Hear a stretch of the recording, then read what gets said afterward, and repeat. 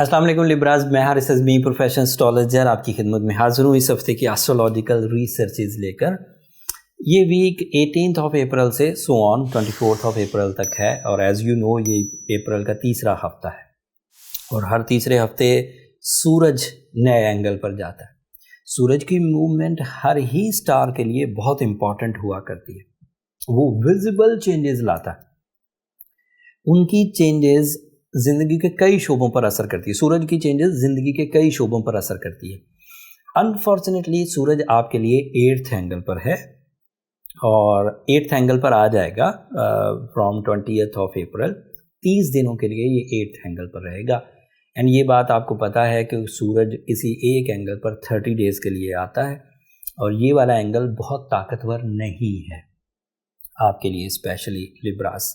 अगर सूरज 8वें एंगल पर हो तो वो खुशियाँ या कामयाबियाँ जो आपको आपकी करज से मिला करती थी वो 30 दिन के लिए रुक सकती है। ऐसे टाइप के इल्ज़ामात लग सकते हैं जो आपने किए नहीं, बट इसमें बहुत सिवियरिटी या बहुत शिद्दत नहीं होगी क्योंकि मरकरी भी इसी 8th एंगल पर है।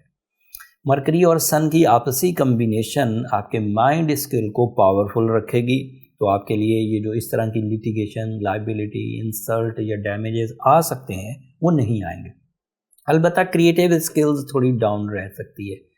कॉम्प्रोमाइज़ करना या फिर लोगों का रवैया आपके लिए हार्श होना, दिस इज़ अ पॉसिबिलिटी। लेकिन मज़े की बात ये है कि रमज़ान सीज़न की ब्लेसिंग्स एंड अदरवाइज़ आपके प्लैनेट्स जैसे वीनस आपके लिए 6th एंगल पर है, that is your ruling planet. उसकी वजह से आपकी जो पोलाइड नेचर है, आपकी जो मैजिकल कम्युनिकेशन स्किल्स हैं, वो इन दो कमियों को मरकरी और सन की 8th एंगल पर एंट्री को रिकवर कर देंगी। फिर आपके लिए एक मार्स नाम का प्लैनेट भी 6th एंगल पर है, that is creating your physical stamina, that is your competition ability, that is your courage, that is your discipline, that is your sudden gains. So बहुत हद तक वीनस और मार्स आपकी कमियों को दूर कर देगा। और मज़े की बात यह है कि 27 तारीख को मरकरी भी आपके 8th एंगल से निकल जाएगा, तो आपको ज़्यादा परेशान होने की ज़रूरत नहीं, बट थोड़ी थोड़ी पिंचिंग आ सकती है। जो ज़रा ज़्यादा सेंसिटिव लिब्रास हैं उन्हें ज़रा ध्यान करना चाहिए। जब तक सूरज 20 अप्रैल से पहले पहले आपके 7th एंगल पर है, आपको अपने रिलेशनशिप्स को स्ट्रॉन्ग कर लेना चाहिए। बिफोर टाइम आपको वीडियो बनाकर देने का मतलब भी ये होता है कि 20 तारीख के बाद थोड़ी कॉम्प्लिकेशंस आ सकती हैं। अगर रिलेशनशिप में कोई नाराज़गी चल रही है, कोई डिसीजन रिलेशनशिप के बारे में लेना है, कोई मोहब्बत का इजहार करना है, तो अभी अभी कर लिया जाए। फिर 20 तारीख के बाद नेचुरल सपोर्ट नहीं होगी। फिर आपको अपनी विल पर और अवेलेबल ग्राउंड रियलिटीज़ पर ही इस्तेफादा करना होगा। अगर आपकी मोहब्बत उस वक्त बहुत ताकतवर है तो ठीक है, 20 तारीख के बाद भी आप इजहार मोहब्बत कर सकते हैं।